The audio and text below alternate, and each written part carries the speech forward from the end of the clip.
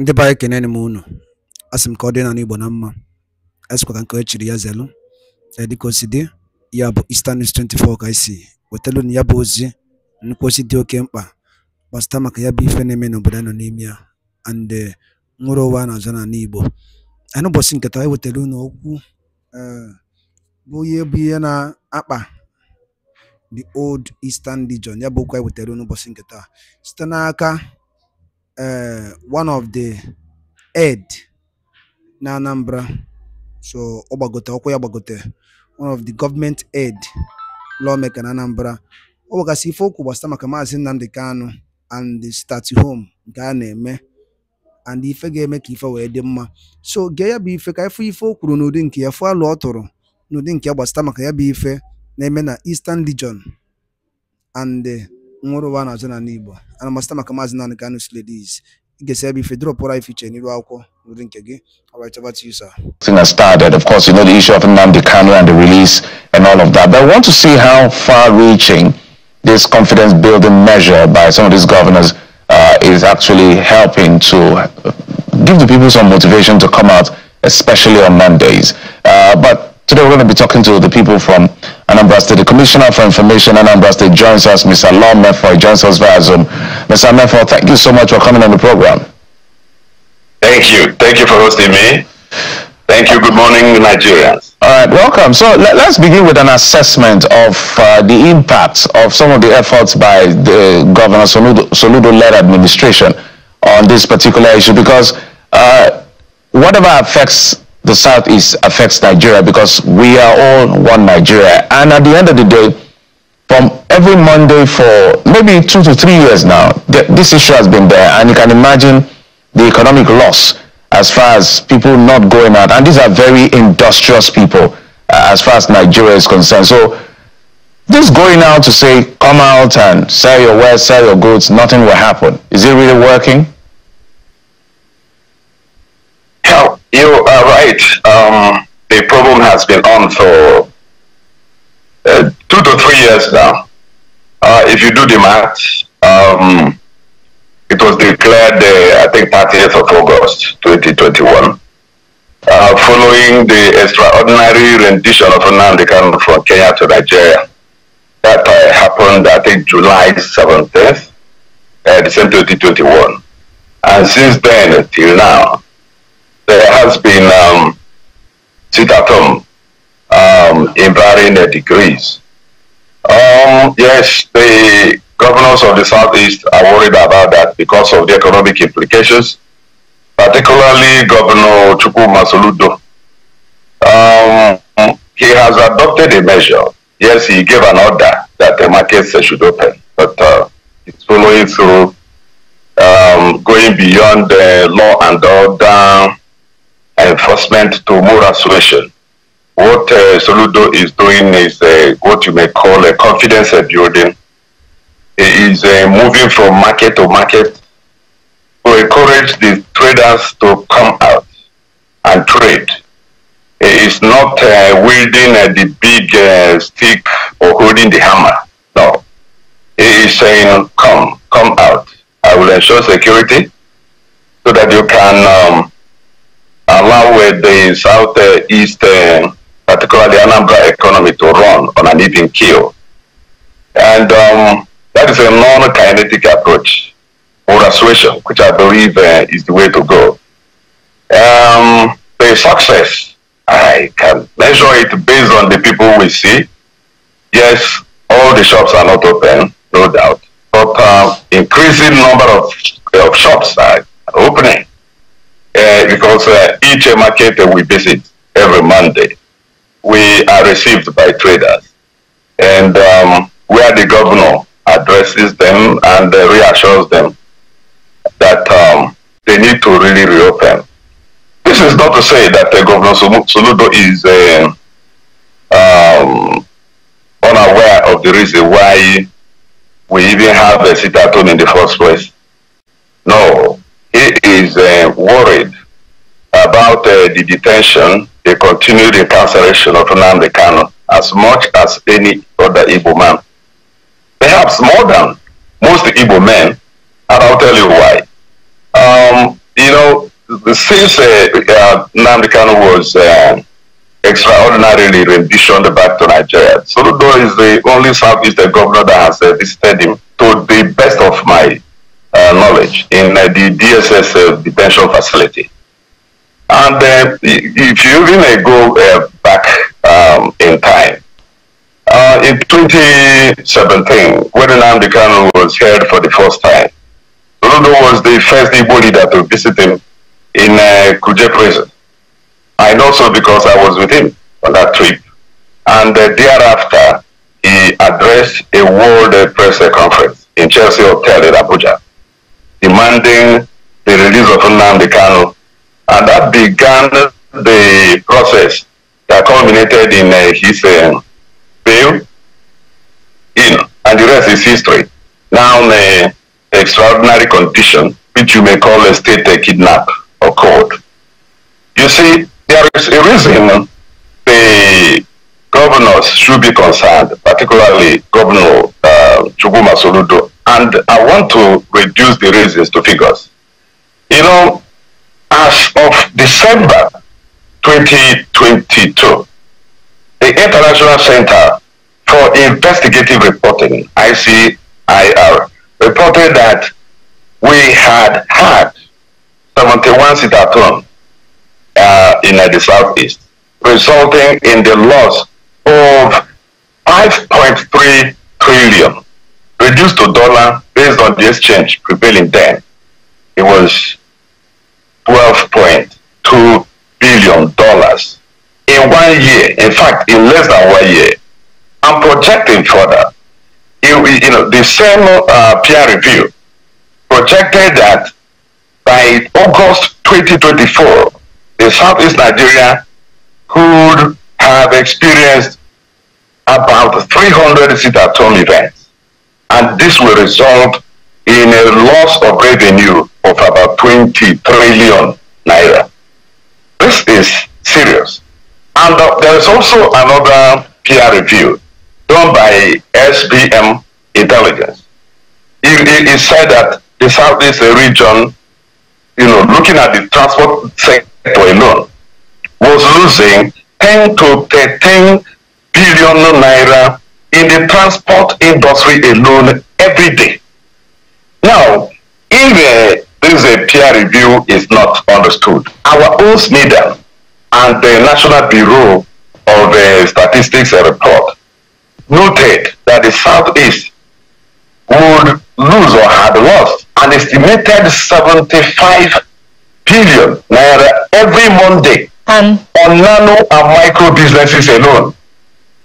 So if you go on and on and on, you will see that the Southeast economy is hemorrhaging. Anambra economy is hemorrhaging, and there is need to really review practice. But that doesn't mean just 1 minute, sir. Okay. That's not pushing for the release of Nnamdi Kanu. I've told you things he has done. He has gone to the DSS detention facility. I'm have to butt in here. My apologies. Let me butt in here because I have another guest joining us from our Abuja studio, Mr. Henry Mbachu, member representing Oka South. He joins us from Abuja. Mr. Mbachu, thank you so much for coming in. I'm sure you've listened to your brother and Honorable Commissioner for Information in Anambra State, Mr. Lom Mefo, and I don't know what your perspective is as far as this issue is concerned, because we've seen, I know I've seen governors of Anambra, I've also seen the governor of Enugu as well, at least those two I can remember, who have gone out to, some confidence building measure. And when you talk about the Southeast, if you want to distribute it accordingly, the big hub of markets, area in Abia State, and then the big Onitsha markets in Anambra State. So the impact is quite huge in some of these states. So with what you've seen and where you're sitting, I know you're in the Labour Party, is it working as far as you're concerned? Good morning. First of all, let me start by correcting my name. My name is Nigeria Henry Mbachu. Oh, okay. That's interesting. That comes first. Good morning, viewers. It's nice to be here. this sit at home always often at time is a very delicate issue to discuss. I've listened to people discussing that, and only few people have been able to extinguish personal interests, politics, and all what to the core issue surrounding sit at home.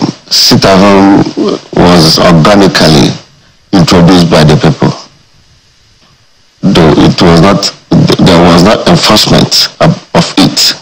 It was when the government wanted to resist it, then the bad element brought the story up and started using it to show power against the government, surrounding kidnappings and all whatnot. But the story around sit at home is story of hope. Now the Kanu arrest and rendition to Nigeria, people were trying to show their anger, and sit at home was declared. When all this started, I asked, how many of the same brain are in this story?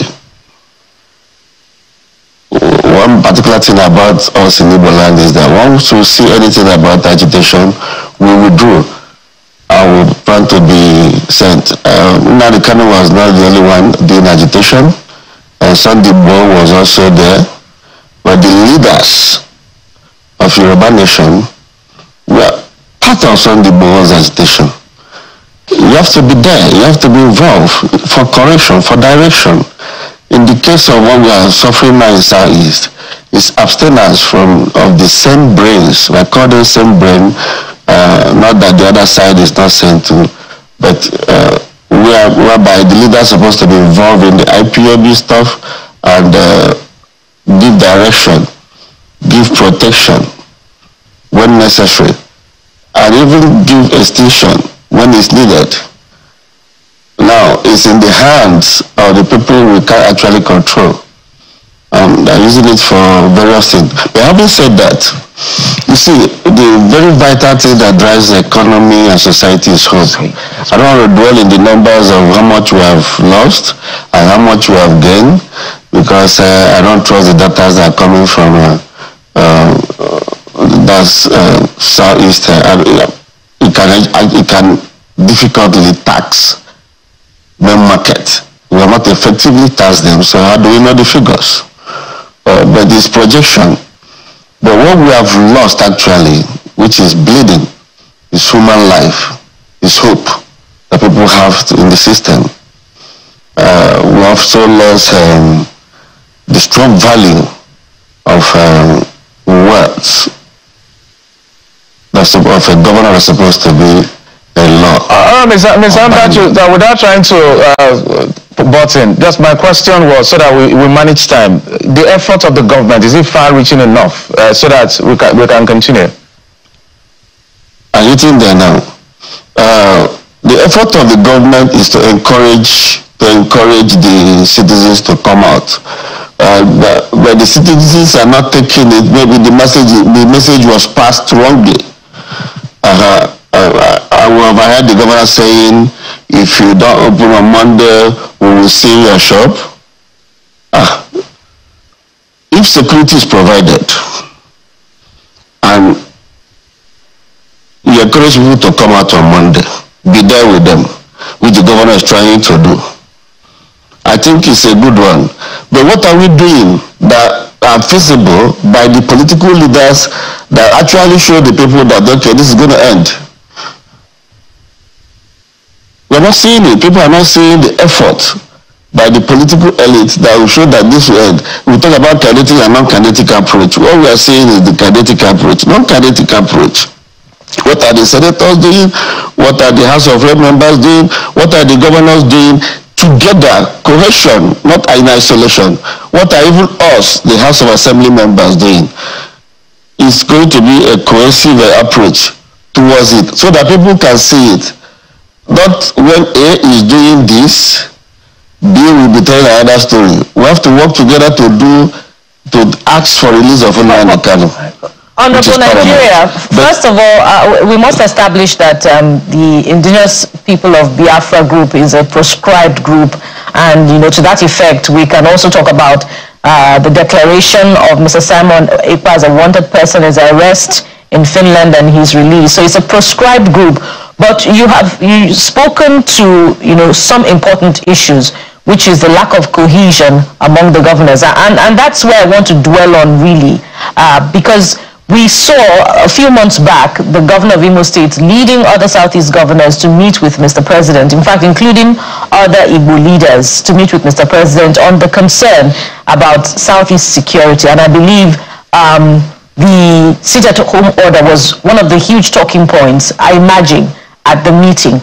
The question is, why haven't we seen that cohesion among Southeast governors? Is it to do with the fact that this sit-at-home order, sometimes we see it effective in Southeast states like Anambra and Abia and Ebonyi, because the recent ones we have not quite seen in Imo and Enugu. So is there a disconnect among the subnationals in that part of the country? Well, the South Governors Forum visited the president, and personally I was expecting them to go further. Did they visit, did they have conversation, did they have discussion with maybe representative of the proscribed group? You proscribe them, that does not mean they are not existing. You are the governor of the good, the bad, and the ugly. Nothing stops you from seeing anybody to stop anything. So what we're actually saying is the force is kinetic, carrot and stick approach. Can we give that carrot to these people? How many of these governors knows them? How many of these governors has discussed with them? It's very difficult for you to take out a story that even the originator of the story, Nnamdi Kanu, does not have grip on anymore. Nnamdi Kanu, as from the prison detention, said no more sit-at-home, but it's not enforcing.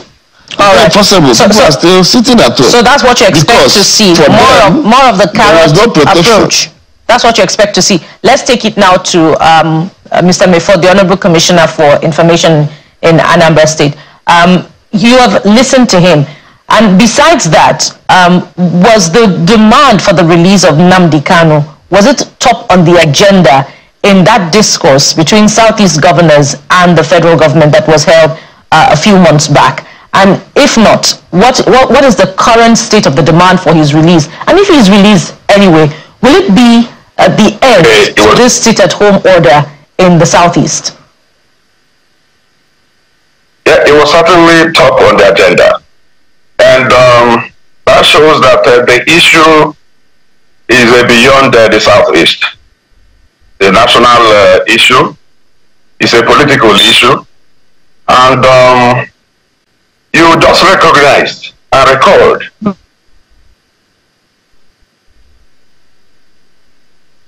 Mr. Mefo? Oh. That okay, I think he's back now. Yeah, I said that it's a political issue, it's a national issue, it's beyond the Southeast. What the Southeast governors should do is what they are doing, putting pressure and working through the back channels. Many of these things cannot be put out in the open in the way and manner many would want it. I'm aware that my own governor is reaching out. He has written letters to the president. He is pushing, and other governors, I believe, are also doing the same. And you see, the issue of sit-at-home is quite delicate, like Honorable Nigeria Mbachu said. Yes, it is. And many people don't even want to discuss it because it's a very emotional one. Many who are sitting at home would want to open their shops, but they also would want to see Nnamdi Kanu released. You know, you can see what may appear to be conflict of interest. And the governor of Anambra State, that is the person I can vouch for, is seriously concerned. I have told you that he has gone to see Nnamdi Kanu in the DSS facility since he was extraordinarily renditioned from Kenya. and he is doing much more. But he also thinks that we need to review the sit at home and begin to really open up the shops and release the Southeast economy, especially on Mondays, as we work on as they work on the diplomatic and political channels to get this sorted out. You know, there are also other reasons, even for my own consideration. When the sit-at-home started in 2021 August, when they declared what they called the Ghost Monday, I had advised that sit-at-home would be most effective if we organize it in Abuja, where now the Kanu'S is held, where the president of Nigeria is held. That doing it in the southeast, you know, the president, President Tinubu, it doesn't feel it and all that. Mr. So I have a quick follow-up question to that. If indeed the release of Nnamdi Kanu would move the needle, he himself has said from where he is that there's no more sit at home. He has encouraged Southeast residents to go out on Mondays. So why has that not made any significant impact? Some people, some of his supporters don't believe what he has said. They believe he did that under pressure, and that is why we are saying releasing Nnamdi Kanu unconditionally. Let him come out, so that once you do so, you will erase that correlation some people are building between the insecurity in the southeast and his incarceration. If he comes out, he will help in restoring peace and order. And those who are using him as an excuse can no longer do so. That will ultimately reduce insecurity in the southeast. That's my belief. At the end of the day, the bane of this conversation is the economic loss, but more importantly, the lives lost that Mr. Mbachu has mentioned, because you can't quantify life at the end of the day. So let me take you to Mr. Mbachu. Mr. Mbachu, let's see how we can diagnose this as effectively as possible. Maybe you will help us. So I don't know whether a study has been carried out to know the mindset of the people. Maybe you can respond. Why do they sit at home? Is it because of solidarity within Nnamdi Kanu, or intimidation by the militia elements, or ineffective assurance from government? What exactly is making people to sit at home, in your view? I'll pose that question to Mr. Mefa as well. Okay, thank you very much, but you just give me a little time for me to take you through the history lane. From there we can... Maybe just 2 minutes. Just why people are actually sitting at home. So, first, Nnamdi Kanu came with one of the best stories that people listened to. People felt marginalized, and he was telling them at a point, he is the only non-charismatic, non-religious leader that can actually organize people without paying 1 naira. People gather, people follow him, he has followers, people listen to him. So, at some point, he was arrested. In solidarity, out of will, people said, okay, they declared it at home for him. Everybody obeyed. No enforcement. Nobody enforced it. Everybody obeyed. Sit at home. Then there was resistance from the government side. No, we can't be sitting at home. Not every Monday. Everybody should go to work. Bank should open. This and that. Then the ESN sprung up. Eastern Security Movement. They sprung up and started enforcing sit at home to assure people that the government, they are in charge and not the government. And it was happening. They were killing people, burning things. Everybody enforcing it. I could remember gradually sit at home was almost gone. It was almost gone.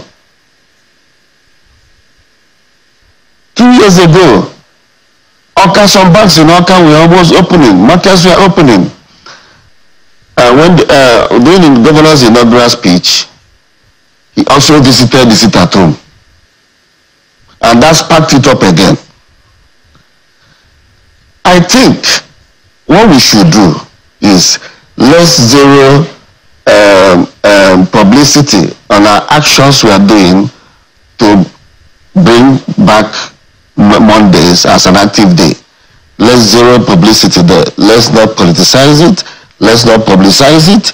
Let's do our work as legislators, executive, or even as the judiciary come together, do their work, and play background so that people will see organically. Mondays, everybody will start coming out on Monday because it has happened. 2 years ago, we're almost coming out on Monday, part of Monday, Chanoka.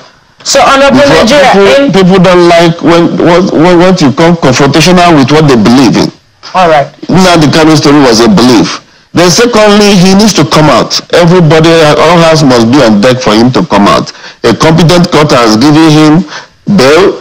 Yes, he's being held in detention now, unconstitutionally. All Igbo, all well-meaning Igbo and Nigerians should be speaking for Nnamdi Kanu to come out. I think if Nnamdi Kanu comes out and say sit at home is over, any other person that you see that is enforcing sit at home can be dealt with as a criminal. That's my take on this. So in further diagnosing this, we've heard reports about this sit at home, that some audio messages are circulated, video messages are circulated of unidentified people calling for the sit at home. So in further diagnosing it, if people readily comply with this, it shows that there's a level of fear that has been sort of perpetrated in the atmosphere. Who are these people? Let me take you to the Honorable Commissioner now. Do we have an idea of who these people are? And this question is important because the proscribed group has distanced itself from the sit-at-home order, not directly by Mr. Nnamdi Kanu, but by the group itself. A certain name is being quoted, Mr. Emma Powerful. So who are these people? Yeah, it is quite instructive that the known factions of IPOB, none of them called for the 2-day sit-at-home that just concluded, and that proved effective in many parts of the Southeast. I saw the video. The man I saw there I never saw before, and you know, the fear, like you rightly identified, people believe the man. He made a very wild claims that the Biafra agitators were going to test their newly constructed armored tanks and things like that, and people believed and stayed away. And that Monday particularly, the governor of Anambra State, in his confidence building, had to put on hold the State Executive Council meeting and moved from market to market to encourage people that, look, you just have to come out while we continue our diplomatic maneuvers, back channels, to see that Nnamdi Kanu comes out. Everybody wants him out. And the people who are capitalizing on his detention to perpetrate what they are perpetrating in the Southeast, for me, I see them as criminal elements. They don't like Ndigo, because Emma Powerful never, the spokesperson for the IPOB, re-echoed what Nnamdi Kanu himself said, that there is no more sit-at-home. So those who are doing that are no longer doing that in the name of Nnamdi Kanu, because Nnamdi Kanu himself says no sit-at-home. The spokesperson and the leadership of IPOB also said that no more sit-at-home. Let me quickly just add this. Yeah, in just 30 seconds. In 30 seconds. Yes, in 30 seconds. You see, the effort to bring out Nnamdi Kanu will have to be better orchestrated. The governors, we wanted the members of the National Assembly to join the governors. They need to form a team, and they shouldn't leave it to the governors alone. They must join forces. They shouldn't wait in the wing for the governors alone to succeed or fail. Doing so will be apathetic. They are not helping the security situation in the Southeast. They have to wake up. I must thank you so much. At the end of the day, why we brought this conversation to the fore is, again, the loss of lives, the grounding of business and commercial activities on Monday, given the fact that the people are quite industrious, with also due respect to, the intent of the people that are making agitation. But we've also mentioned the fact that the federal government has proscribed IPOP. But we must thank you, gentlemen, for coming on the program. Mr. Lomefor, the Commissioner for Information, Anambra State. Thank you, sir, for coming on the program. We appreciate it. We also want to thank Mr. Henry, Nigeria Henry Mbachu, member representing Oka South 1 constituency. Your name is quite interesting. Is that your government name or is an adopted name? Just in 1 second. I'm just curious. That's my name. Oh, fantastic. Thank you for coming on the program as well. Thank you. Thank you, gentlemen. Thank you very much. Thank you. All right, so we will take a quick break and get off all of the serious issues and now get to our creative industry. For the record, we now have Ministry of Arts, Culture, Tourism, and Creative Economy. One of the persons in that industry will be joining us. Joining us on the program is Akewe. Will be right here to explore filmmaking and what it takes. Join us again. And the buying what already know.